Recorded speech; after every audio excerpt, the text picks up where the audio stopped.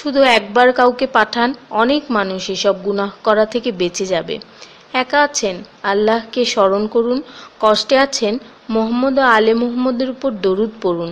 মন খারাপ থাকলে ইয়া হাইয়ু ইয়া কাইয়ুমও পড়ুন। টেনশনে থাকলে ইয়া রাহিমও পড়ুন। ফ্রি থাকলে মেসেজটি ফরওয়ার্ড করুন, হে আল্লাহ, আমার উপর এবং তোমার নবীর উম্মতের সকল সদস্যদের উপর তোমার রহমত বর্ষণ করো, আমিন। তথ্য: আপনি কি জানেন পবিত্র কোরআন শুনলে ক্যান্সার হয় না? আর যদি ক্যান্সার সেল শরীরে থেকেও থাকে তাহলে তাও মারা যায়। দীর্ঘ সময় ধরে আল্লাহকে সেজদা দিলে জ্ঞান ও বুদ্ধিশক্তি বাড়ে। মাথা ব্যথার সমস্যা হয় না, চুল পড়া দূর হয়ে যায়। এই মেসেজটি ফরওয়ার্ড করতে শয়তান আপনাকে বাধা দিবে, কিন্তু আপনি এটা হতে দিবেন না। আর সব কন্ট্রাক্ট নাম্বারে সেন্ড করে দিন। কোরআন ও নবীর সুন্নত ও তার সম্মানিত সাহাবী এবং আহলে বাইতের অনুসরণ করুন। ক্যান্সার একটি ভয়ঙ্কর রোগ। অনেক মানুষ আছে যারা নিজেরাই এটাকে দাওয়াত দিয়ে নিয়ে আসে। ছোট অথচ সাধারণ কিছু পদক্ষেপ গ্রহণ করলেই এই রোগ থেকে বাঁচা যায়। বেশিরভাগ মানুষ খাবারের পরপরই পানি পান করে নেয়।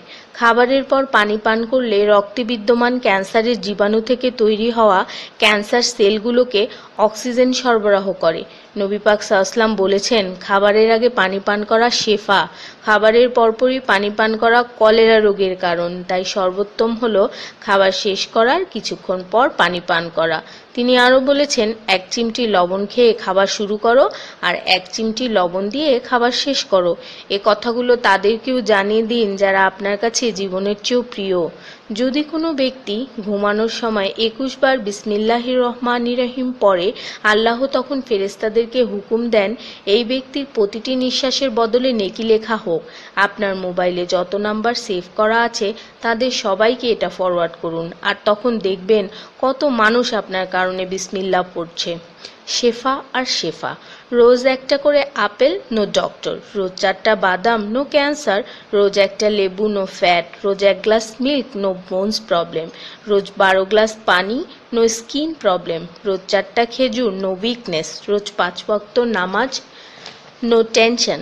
রোজ কোরআন অর্থসহ তেলাওয়াত, happy and happy. So don't stop forward please. স্কিনের জন্য অজুর পানি, হার্টের জন্য কোরআন তেলাওয়াত, স্বাস্থ্যের জন্য নামাজ, আর খুশি থাকার জন্য আল্লাহর জিকির করুন। জেনে রাখবেন, ভালো কথা প্রচার করা সৎকার সমতুল্য, সাথে 30 লাখ নেকি